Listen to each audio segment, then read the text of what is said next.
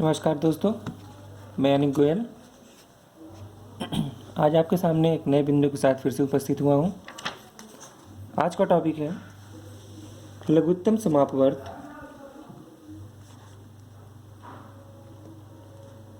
लघुत्तम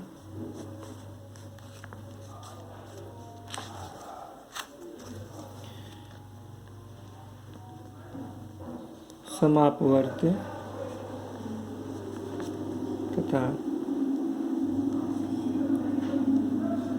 महत्तम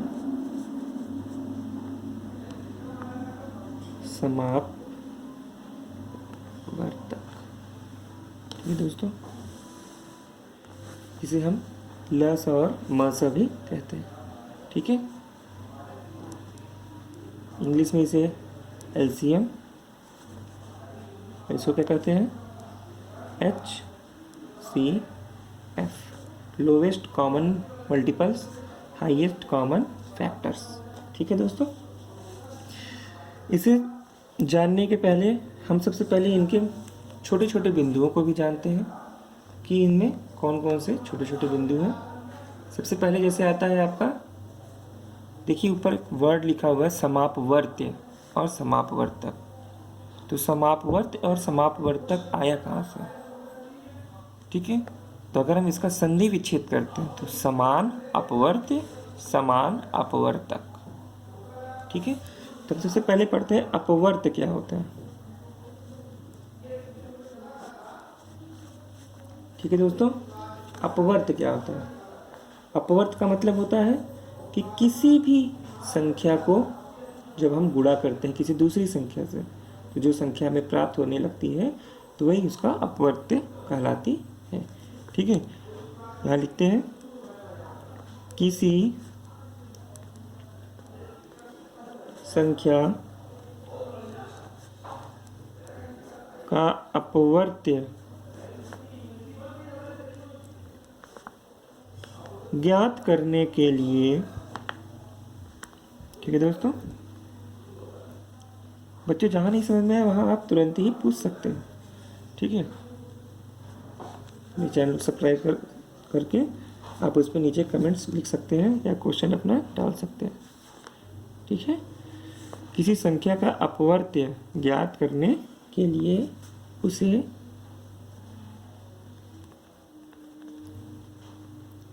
प्राकृतिक संख्या से गुणा करते हैं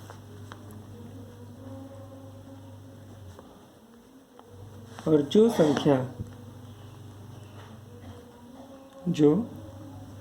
संख्याएं प्राप्त होती हैं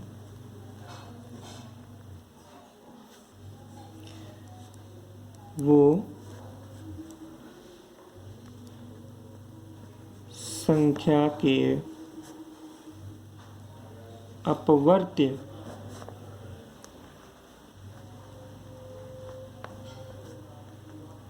कहलाती है। ठीक है दोस्तों, जैसे 2 का अपवर्त्य लिखना है, ध्यान रखिएगा, अपवर्त्य पढ़ा रहे हैं, अभी हम अपवर्तक नहीं पढ़ा रहे हैं, अपवर्त्य लिखना है। तो यानी कि 2 के अपवर्त्य लिखने के लिए हम 2 का पहाड़ा लिख सकते हैं। ठीक है, यही आप 2 का अपवर्त्य है। 2 2 तिहाई 6, 2 चौक 8, 2 पचे 10 और भी बहुत सारी संख्याएं। ठीक है, 2 से बहुत सारी संख्याएं। 5 का अपवर्त्य अगर लिखना हो तो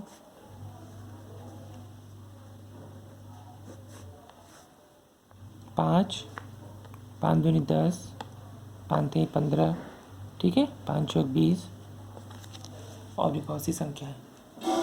हमने लिखा है यहाँ पे वह संख्या अथवा व्यंजक जो 2 या 2 से अधिक संख्याओं अथवा व्यंजकों में प्रत्येक द्वारा पूर्णतः विभाजित हो जाता है। ठीक है, दी हुई संख्याओं का समापवर्त्य कहलाता है। ठीक है, इसी पर आधारित है आपका अगला टॉपिक लघुत्तम समापवर्त्य। ठीक है, जब हम लघुत्तम समापवर्त्य बताते हैं दोस्तों अब आपको, तो इससे आपको और भी ज़्यादा क्लियर हो जाएगा।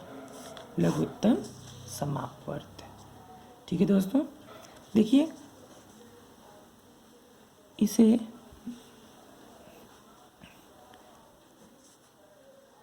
निकालने की मुख्यतः दो विधियां हैं। ठीक है, या ज्ञात करने की लिख सकते हैं। इसे ज्ञात करने की या निकालने की मुख्यतः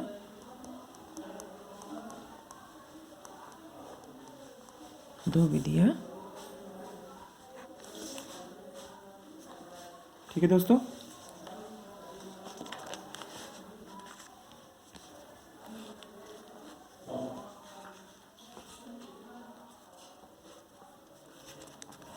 पहला क्या है आपका?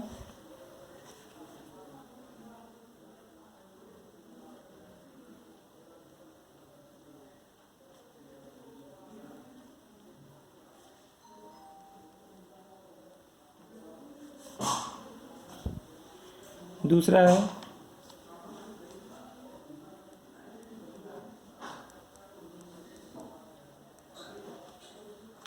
भाग विधि। ठीक है,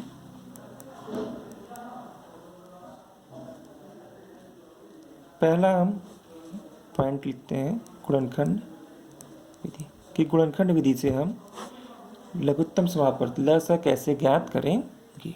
ठीक है दोस्तों, देखिए बच्चों, गुणनखंड विधि से ज्ञात करने का सबसे महत्वपूर्ण तरीका यह है कि हम दो संख्याएं लेते हैं। ठीक है, कोई भी दो संख्या लेते हैं, जैसे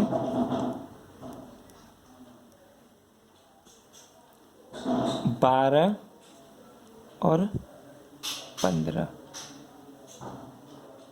ठीक है, का लस गुणनखंड विधि द्वारा ज्ञात करना।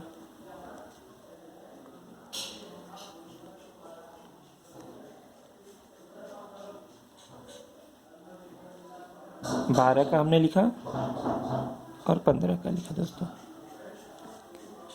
2 गुणे 2 गुणे 3 कैसे आया? 2 दूनी 4 तिहाई 12। ठीक है,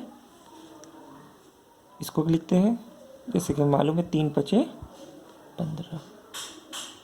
ठीक है, अब इसमें हम इसका लसा निकालते हैं। ठीक है, हम दोनों में से इनका लसा देखते हैं, लसा क्या आएगा इसका। तो इसका लसा देखते हैं दोस्तों।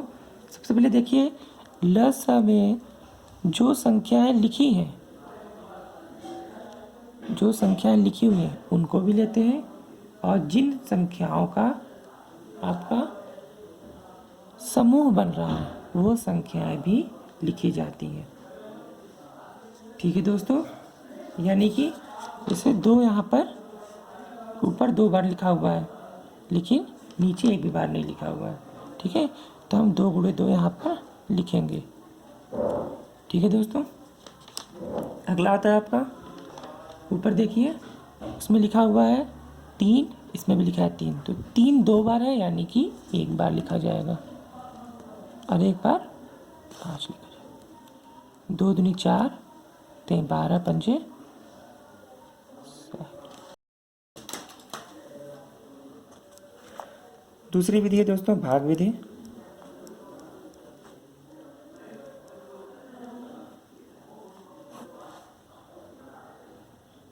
भाग विधि में देखते हैं दोस्तों, भाग विधि में क्या होता है। भाग विधि में जैसे संख्या लिखते हैं 77 88 132 का लसा। ठीक है दोस्तों, 77 88 और 132।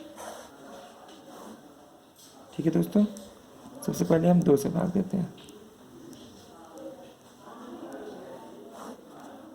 7 कट जाएगा, 7 नहीं जाता है। 2 चौका 2 चौका 2 छंग 12 2 छंग 12। ठीक है दोस्तों, फिर 2 से जाएगा 77 22 33। फिर 77 लिखेंगे 11 33। फिर अब किससे जाएगा, फिर अब ये किससे जा सकता है? 3 से जाएगा दोस्तों, क्योंकि यहाँ पर 33 लिखा हुआ है। 77, 11, 11। फिर 7 से जाएगा, 7 एकम 7, 7 एकम 7, 11, 11, 11 एकम 11, 11 एकम 11, 11 एकम 11। ठीक है, तो लसा कितना आ गया दोस्तों? 2 गुणे 2 गुणे 2 गुणे 3 गुणे 7 गुणे 11।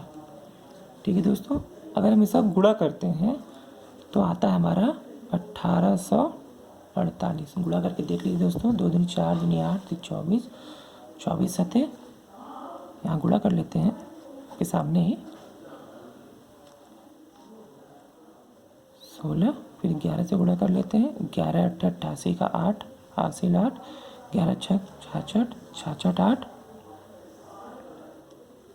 64, 74 का 4 हासिल 7, और 11 के 11 7 18, 1848। ठीक है दोस्तों, यही इसका आंसर हो गया। ये हो गया आपका भाग विधि। ठीक है, दूसरा बिंदु हमारा आता है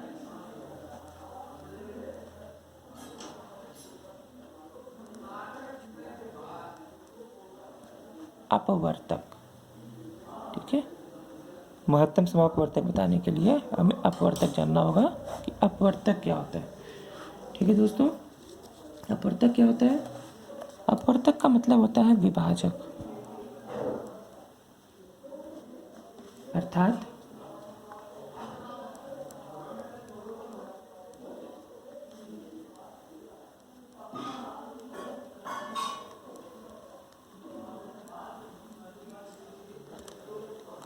जिन संख्याओं से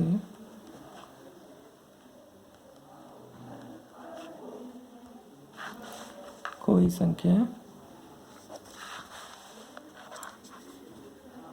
पूरी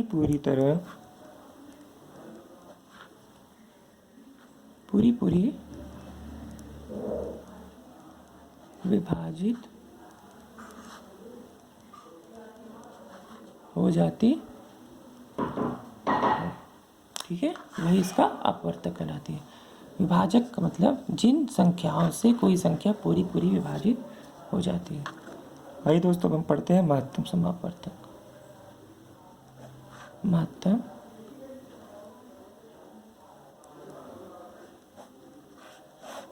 समापवर्तक। ठीक है दोस्तों, इसे निकालने की मुख्यतः 2 विधियां हैं।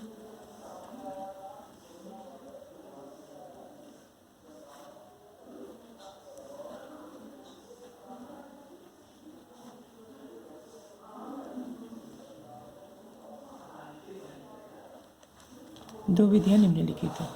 जैसे इसमें वही दोनों विधि हैं, गुणनखंड विधि